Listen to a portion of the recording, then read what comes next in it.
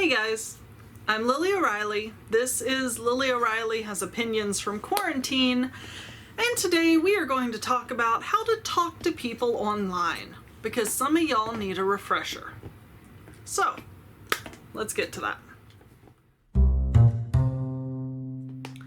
First off, my apologies. My daughter has a chew toy and she is being very crunchy with it. I'll show you. What, now you're gonna act shy? You've been gnawing on that thing all morning. So yeah, if you hear that in the background, it's her. I'm sorry. Now, we're gonna talk about how to talk to people online. Because I run a public Snapchat.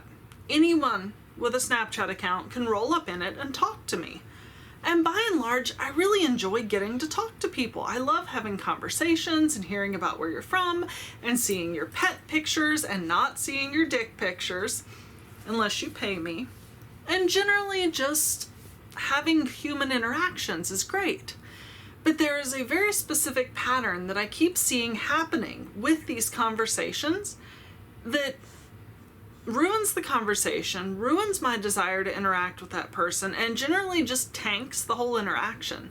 And a lot of people will actually get like soft blocked for this because I don't want to deal with it. So, here's the problem. I'm going to start off with a bad conversation. Actually I might have one of these. First off, very definite bad conversation is sending me a picture with nothing. Like literally just, here's my face. It's a face. I don't know you. I don't care about your face. Like, what am I supposed to do? Ah, pretty. Gave me a lady boner. No. If you're going to send me a face, it should be, look at my new haircut, or did these glasses make my nose look big? Or even just picture, hi, I'm Liam, nice to meet you. Put a face to the name, that's fine. But just face, no caption? No bueno, does not like. Shortly after that is, please don't send me your dick in your pants with or without dick. Like, crotch shots make me uncomfortable unless I'm being paid to deal with them. I like them if we have a relationship. If we have a relationship that is at the point where I want to see your nudger zone, you'll know. You'll really know. But if your first image is, there's my crotch and gym shorts, no, I'm probably going to block you because I can't trust you now. I don't know if the next one is going to be dick, and I'm not willing to risk it. I got enough going on. I've trained enough people to send me dog pictures instead that I don't put up with that nonsense anymore. Other things that are god-awful. Do not ask me if we can be friends. Like, I know this is counterintuitive because you see me or you see another interesting person online and they're super cool and like you know so much about them and clearly you'd be really good friends. So your first message is, hi, I watch your YouTube, can we be friends? I'm a cranky introvert. A lot of us are cranky introverts, and if you put that kind of pressure on us, we basically go full possum mode and we just kind of go, eh, and then we fall over. I'm fine. I'm okay. Because that's a lot of pressure. I don't know if I want to be your friend. What if I tell you we can be friends and then you turn into a weird ass stalker person and that's not okay? Like, Or like, what if I just don't like you? That's also a thing. Right on the heels of can we be friends is, do you do hookups? Do you do meetups? Can we fuck? It's just like, what sort of person agrees to a hookup, a meetup, or a fuck with somebody that they don't know at all? And I'm not even talking like, oh hey, we met on Tinder and like I saw your face and I read your profile and I don't know you, but we could. No, these people literally are just a name and they're like, hi, you want to fuck? It's like, I don't know shit about you. How am I supposed to make that decision? I have no data points. Have a conversation with me first, you numpty. But I think they don't even actually want to hook up. They just want to know if they could. But it's rude and it's gross and I hate it. Don't do that. So, let's see. No faces, no friends, no hookups. So, the final thing. The final thing that drives me up a bloody fucking wall is that people don't understand that conversations need to have a rhythm. There's a back and forth, a give and take, a structure that makes a connection happen.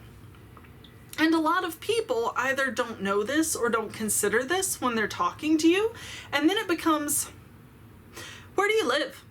Is this your only job? How much do you make? What's your favorite video? Are you bisexual? Do you film solo or with other people? Do you do this all the time? Are you bisexual? Can I film with you? And it's just like, because then I start to feel like I need to be getting paid for this. Because we're not having a conversation. You're interrogating me. And it's not fun. And I don't like it. So, you say to yourself, I'd like to have a conversation with Lily. Good. I'm not going to do any of that bullshit. Great. How do I do it? I got you. I got this. So, a good conversation. If you really want to come into my DMs and you want a positive reception, here's how you do it. 1. Hi, my name is blank. I found you blank. Here's my face. Cool. I figure that's base level introduction. You've seen my face. Some of y'all have seen a lot more than my face. And if you're gonna roll up and want me to interact with you, the least you can do is give me your face in return. But I'm ugly. I don't care. If we're having a conversation, I don't give a shit what you look like. I just want a face. If you're looking to bone, well, that might be a problem for you then. But trying to catfish me, if you want to bone, I'm going to see you in person eventually, if I like you. And if I like you enough to meet you in person, I probably don't care what you look like anyway. So that's a moot point. Anyway, first, send me your name, your face, and a hi. That's a good starting point if you're starting from 0 on a conversation. Other great icebreakers. Here's my pet. Here's a project I'm working on. Here's the character profile for a D&D character I made. Here's my streaming setup. Here's my really cool sex toys that I found. And this only works if they're not inside of you or on your dick. That's no bueno. I don't want to see that. But one girl sent me her whole ass dildo display. It had backlighting. It had some UV lighting. That fucker made my whole week. It was so pretty. That shit, I want to see that shit. But do not, for the love of God, send me a picture of your fleshlight and your bottle of lube, because I don't like that. Too close, bud. So, time out. Sorry. My camera decided to die, so I had to do a real quick reposition so I could actually plug it in. Lighting now sucks. My bad. But, so, I've given you ways to open an intro. Other things you can do is go look at my story. It'll tell you what I'm doing for the day, and you can pick something and be like, oh, your dog's really cute. My dog's like that too. Great. Now, the rest of this applies even if you don't have Snap. Although a lot of those points would work really well if you're contacting someone off of Twitter or DeviantArt. I don't know where kids hang out nowadays. I'm old. It happens. So, you've started a conversation. You've broken the ice. Oh, and my favorite icebreaker. This one's terrible. How much does a polar bear weigh? Enough to break the ice. I actually deploy that one in person an ungodly amount, and I really like it. But anyway, so now we're having a conversation. You've broken the ice. I've responded with something other than get the hell out of my DMs. Or I've responded. I know there's plenty of people that don't check their messages at all, and whatever. Whatever social media strategy works for them, works for them. But now we're talking. Now how do we do the talking? Because you don't want to interrogate me. You and I want to have a conversation. There needs to be a reciprocal nature to it. So, what we're going to do is there's a very easy hack for good conversation. So we're at the point where we're having a conversation, right? We've broken the ice. We're trying to come up with a back and forth. A really good structure that you can use is volunteer request. Each message from you to them, unless extenuating reasons, but generally speaking, should involve volunteering some information and then either leaving an opening or explicitly requesting information in return.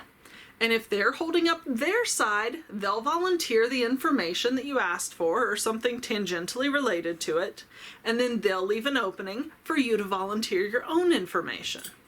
When this works right, you guys are bouncing back and forth, volunteering information at each other so that no one person is getting all up in the other one's digital space demanding answers. But you might say, I'm not going to be able to steer the conversation the direction that I want it to go. And if by that you mean sex, yeah, buggers, don't be badgering people about sex. That's a get to know them thing. But good conversations, really good ones. I found the coolest Twitch streamer off of a Snapchat conversation because it just happened to come up. I was talking about editing some of my videos and trying to figure out how to do YouTube Live because it's more complicated than I thought it was. And they just volunteered, oh, hey, I stream on Twitch. If you need any help with getting your live set up, let me know. Oh, there we go. They volunteered something and they made themselves useful. Instant ingratiation point. If you see something that they need, that you have, that you can offer, that's a great way to have a conversation because you're enriching them. You're making yourself valuable to them. They're more likely to think fondly of you in the future, and you might even get perks. This person is now at the top of my chat list. They get, morning selfies and shit that I don't usually do just because they were unselfish. They shared themselves with me in a way that added value to both of our interactions. So, to rub this into one little bitty ball that you can carry into your next conversation, break the ice in a way that seems appropriate to the person and the interaction. Do not do any of the bullshit that I listed in the first half. Go back and watch it if you want. There's a lot of shit that you shouldn't do. But what you do when you're having a conversation can be broken down at its very core into volunteer information about yourself, leave an opening or a question for them to volunteer information in return. Volunteer skills and knowledge when you have it. Ideally, if you have a conversation partner that's worth a damn, they will also be using these rules. And then you have a really good conversation that flows. And if you give them something and they open it and they leave you on red, take another look at the message and see what it was that might have kind of taken the wind out of their sails, Because that's the point where you're like, okay, I fucked up. Let's see what else we got. And then you can always, worst case scenario, I've resurrected things by just being like, hey, want to hear about the project I'm working on? Because that total okay, it blue screened. Let's reboot. Let's pick a new thing and see if maybe that dialogue tree will take us where we want to go. So, I know this isn't 100% perfect for everything, but I know that a lot of y'all, like me, I used to not be very good at this either, but I've gotten better through practice. But I know that a lot of y'all haven't done a lot of conversing that doesn't feel forced. And this technique, if you have a good conversational partner, or if you send them this video and be like, look, do better, bitch, you should be able to have more conversations that are enjoyable, that are long-lasting, that feel natural. And that's what I want. I want people to go out and have good connections, because especially during all of this, where so many of us are forced to communicate electronically, if you're not good at having these textual back and forth conversations, it can really be hard. And I want it to be less hard on you and me who is talking with you and everyone else who's talking with you. So, yeah, spiel. If you want to find me online, allmylinks.com/Lily O'Reilly. If you want to throw me money, $3 or more, ko-fi.com/Lily O'Reilly. I'd appreciate both of them. I just hope the information was helpful. I hope that this inspires you to do a little better, and maybe I'll have better conversations with y'all as a result. Yeah. So, till next time. Bye, guys.